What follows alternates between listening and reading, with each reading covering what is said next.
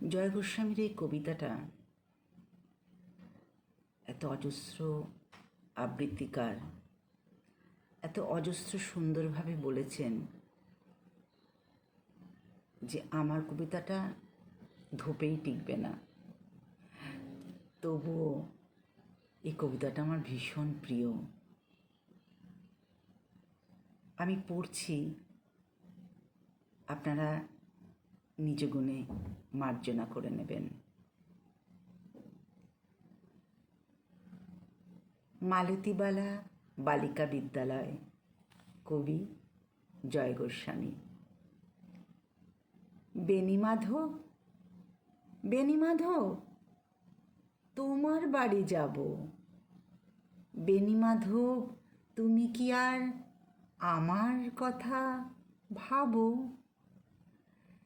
বেণীমাধব মোহনবাসী তমাল তরুমূলে বাজিয়েছিলে, আমি তখন মালতী স্কুলে।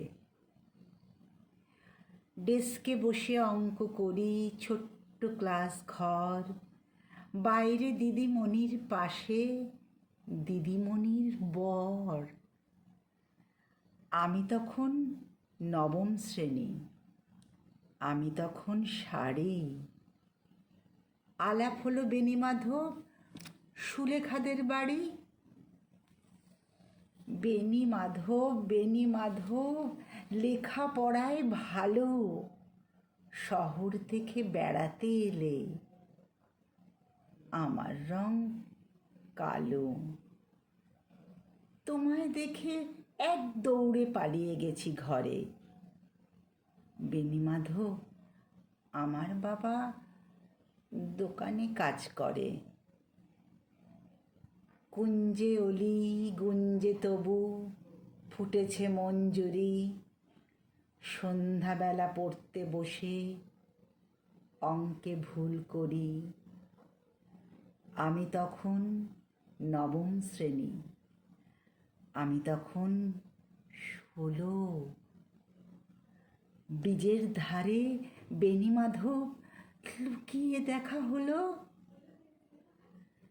বেণীমাধব, বেণীমাধব, এতদিনের পরে সত্যি বলো, সেসব কথা এখনো মনে পড়ে? সেসব কথা বলেছ তুমি তোমার প্রেমিকাকে? আমি কেবল একটি দিন তোমার পাশে তাকে দেখেছিলাম, আলোর নিচে অপূর্ব সে আলো। স্বীকার করি দুজনকেই মানিয়েছিল ভালো। জুড়িয়ে দিল চোখ আমার, পুড়িয়ে দিল চোখ। বাড়িতে এসে বলেছিলাম ওদের ভালো হোক।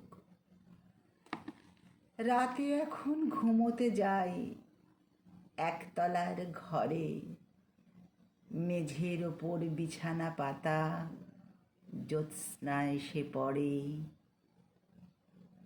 আমার পরে যে বোন ছিল চোরাপথের বাঁকে মিলিয়ে গেছে, জানি না আজ কার সঙ্গে থাকে।